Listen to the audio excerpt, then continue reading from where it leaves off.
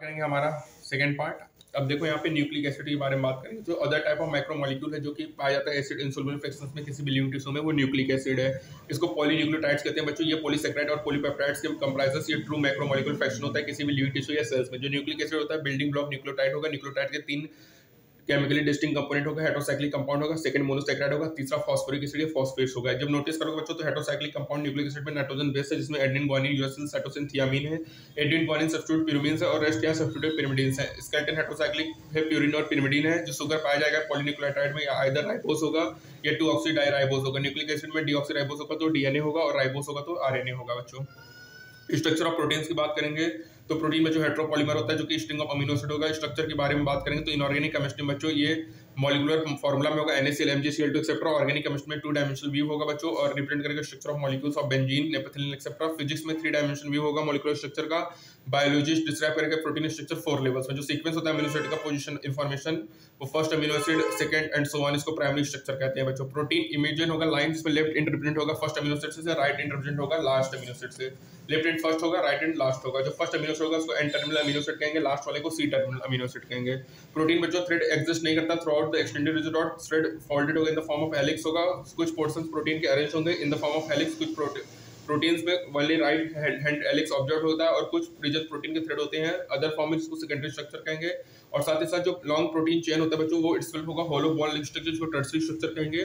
जो tertiary structure होता है बच्चों वो नेसेसरी होता है बायोलॉजिकल एक्टिविटी ऑफ प्रोटीन के लिए। यहाँ पे देखो प्राइमरी स्ट्रक्चर है, सेकेंडरी में अल्फा हेलिक्स बीटा प्लेटेड आ जाता है। टर्सरी स्ट्रक्चर है डाइहाइड्रोजन डाइसल्फाइड बॉन्ड है, ठीक है बच्चों। कुछ प्रोटीन्स होते हैं वो असेंबली करते हैं और मोर देन वन पॉलीपेप्टाइड बनाते हैं और ऐसे मैनर में ये जो फोल्डेड पॉलीपेप्टाइड है सब यूनिट होंगे और ये रिस्पेक्ट टू ईच अदर जैसे linear string of sphere arrange हो गया अपॉन एक दूसरे के ऊपर क्यूब प्लेट में। तो बच्चों ऐसे स्ट्रक्चर को क्वाटरनरी स्ट्रक्चर कहते हैं। इसका एग्जांपल होता है एडल्ट ह्यूमन ग्लोबिन जिसमें 4 सब यूनिट होगा, 2 अल्फा टाइप होगा, 2 बीटा टाइप होगा जो कि ह्यूमन ग्लोबिन बनाता है, ठीक है। तो हीमोग्लोबिन का बच्चों एग्जाम्पल होता है क्वाटरनरी स्ट्रक्चर का, ठीक है। टर्सरी स्ट्रक्चर बच्चों जरूरी होता है बायोलॉजिकल एक्टिविटीज ऑफ प्रोटीन के लिए, ठीक है। ये भी इंपॉर्टेंट है बच्चों, ठीक है बच्चों। ये 9.8 और 9.9 ये सब हट चुका है, नहीं 9.8 है सॉरी, 9.9 10 11 बच्चों ये कर लेते हैं। देखो पॉलीपेप्टाइड या प्रोटीन में अमीनो एसिड लिंक होगा पेप्टाइड बॉन्ड से जो कि फॉर्म्ड करेगा जब carboxyl group of one amino acid react करेगा amino group of next amino acid और यहाँ पे वाटर मॉलिक्यूल निकलेगा जिसको डिहाइड्रेशन कहेंगे। पॉलीसेकेराइड बच्चों सॉरी पॉलीसेकेराइड बच्चों इंडिविजुअल मोनोसेकेराइड लिंक्ड होगा ग्लाइकोसिडिक बॉन्ड से। ये बॉन्ड जो होता है फॉर्म्ड होता है डिहाइड्रेशन से। ये बॉन्ड फॉर्म्ड होगा between 2 carbon atom of additional monosaccharide. Nucleic acid में फॉस्फेट मोइटी लिंक होगा 3 carbon of 1 sugar to the nucleotide to the 5 carbon of the sugar of succeeding nucleotide. जो बॉन्ड बिटवीन फॉस्फेट और hydroxyl group होता है sugar में उसको ester bond कहते हैं बच्चों। एस्टर बॉन्ड आइदर साइड होगा इसको 5 फॉस्फोडाइस्टर बॉन्ड कहेंगे। न्यूक्लिक एसिड में व्हाइट एंड जो सेकेंडरी स्ट्रक्चर होता है जैसे सेकेंडरी स्ट्रक्चर एग्जिबिट होगा DNA famous Watson Crick model होगा। ये मॉडल कहता है डीएनए एग्जिस्ट करता है डबल हेलिक्स में 2 स्ट्रैंड पॉलीन्यूक्लियोटाइड का एंटी पैरेलल होगा, अपोजिट डायरेक्शन होगा। जो बैकबोन फॉर्म्ड होगा सुगर फॉस्फेट और जो नाइट्रोजन बेस होगा प्रोजेक्टेड होगा मोर और less perpendicular to this backbone और फेस इनसाइड करेगा। ए और G 1 strand compulsory base pair होगा टी और सी के। ऑन द अदर स्ट्रैंड बच्चों दो हाइड्रोजन बॉन्ड होगा एंडिन थायमिन में, 3 हाइड्रोजन बॉन्ड होगा ग्वानिन साइटोसिन में। ईच स्ट्रैंड अपीयर होगा हेलिकल स्टेप में और असेंट होगा रिप्रेजेंट होगा पेयर ऑफ बेसेस में। ईच स्टेप ऑफ असेंट में स्ट्रैंड टर्न करेगा 36 डिग्री और 1 full turn off the helical इनमें इन्वॉल्व होगा 10 स्टेप या 10 बेस पेयर। और जब ड्रा करेंगे डायग्राम तो पिच 34 एंगस्ट्रॉन होगा। जो राइस होगा पर बेस पेयर वो 3.4 एंगस्ट्रॉन होगा।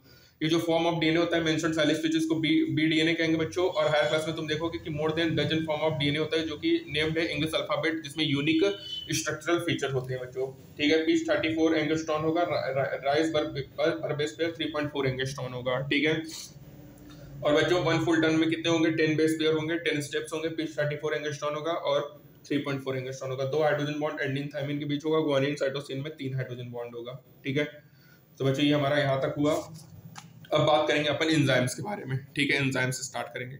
तो बच्चों सभी एंजाइम्स प्रोटीन होते हैं, कुछ न्यूक्लिक एसिड हैं जो भी एंजाइम्स की तरह एक्ट करते हैं, इसको राइबोजाइम्स कहते हैं बच्चों। जैसे बात करें तो जैसे प्राइमरी स्ट्रक्चर हो गया जिसमें अमीनो एसिड का सीक्वेंस होगा, ये सेकेंडरी या टर्सरी होगा। जब तुम टर्सरी स्ट्रक्चर देखोगे तुम देखोगे जो बैकबोन है प्रोटीन चेन का वो प्रोसेस होगा और बहुत सारे क्रेविसेस या पॉकेट्स बनेंगे। ऐसे पॉकेट्स को एक्टिव साइट्स कहते हैं।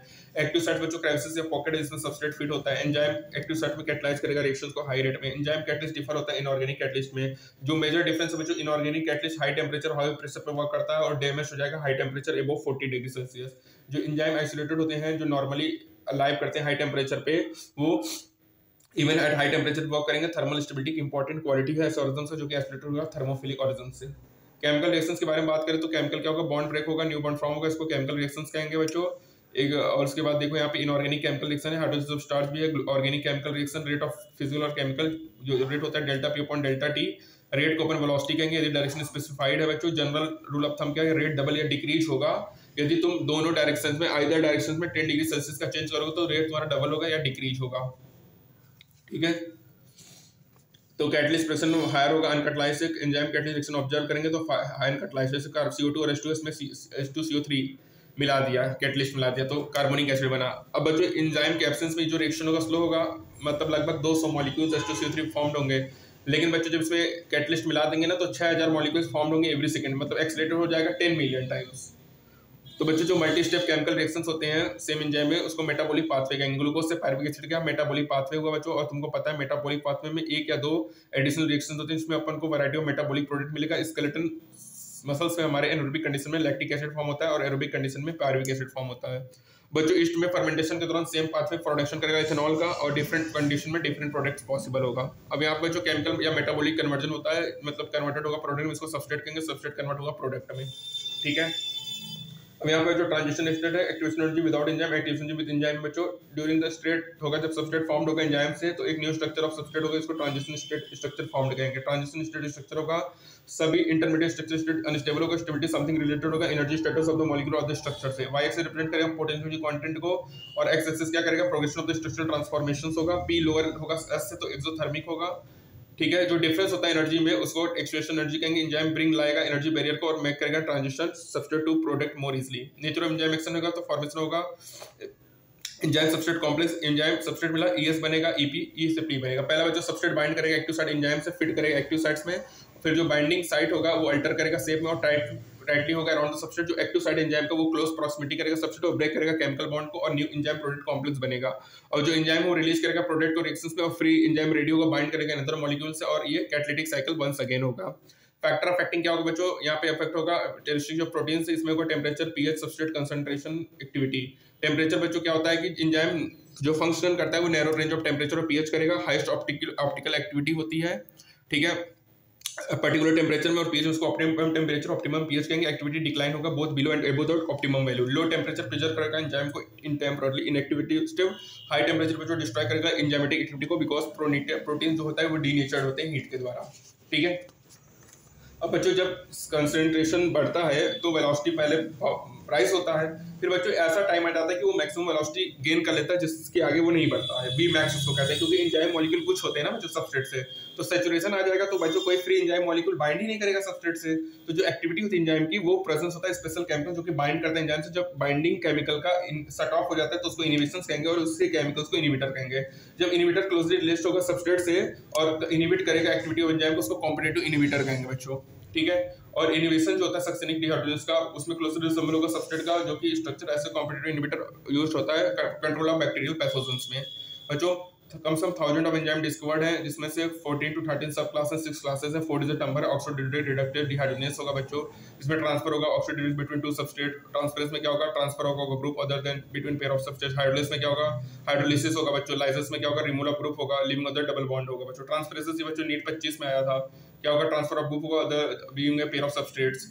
बच्चों आइसोमरेज होगा इंक्लूडिंग आर कन्वर्जन होगा, इंटर कन्वर्जन होगा ऑप्टिकल टू ज्योमेट्रिकल। एंजाइम जो कि लिंक करेगा दो कंपाउंड को, linking carbon oxygen carbon sulphur, इसको लाइगेसेस कहेंगे।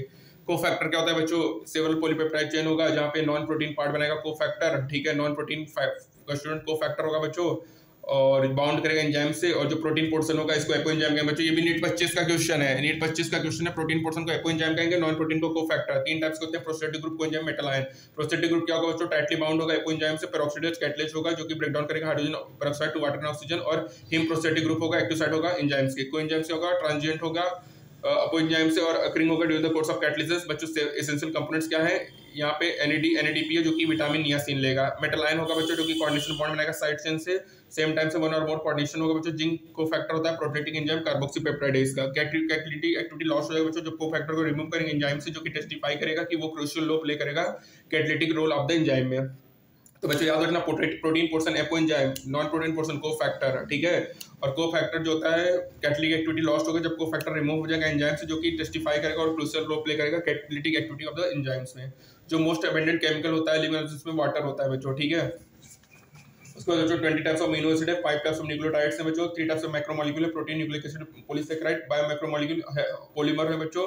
प्रोटीन हेट्रोपॉलीमर है जो कि अमीनो एसिड होगा, लिंक न्यूक्लिक एसिड क्या होंगे, कंपोस्ट होगा न्यूक्लियोटाइड से, न्यूक्लिक एसिड जेनेटिक मटेरियल की तरह सर्व होगा, protein variety of cellular function होगा, कोलाजिन मोस्ट अबेंडेंट प्रोटीन होगा, rubisco most abundant protein whole of the biosphere होगा, एंजाइम प्रोटीन होगा जो कि कैटलाइज करेगा biochemical reactions, ribozymes nucleic acid होगा, कैटालिटिक पावर होगा, डीनेचर्ड होगा हाई टेंपरेचर पे, न्यूक्लिक एसिड कैरी करेगा हेरिडिटरी इंफॉर्मेशन और पास्ट होगा one parental generation to progeny, ठीक है बच्चों।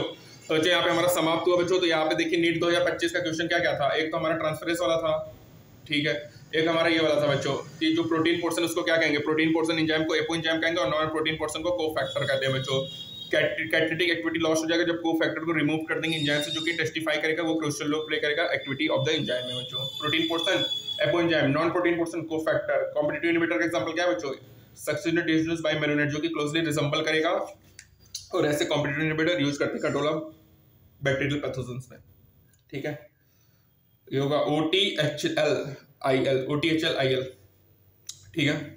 तो बच्चे यहाँ पे हमारा बायोमोलिक्यूल्स खत्म हुआ, ठीक है। मिलेंगे नेक्स्ट टर्म में, तब तक के लिए थैंक यू।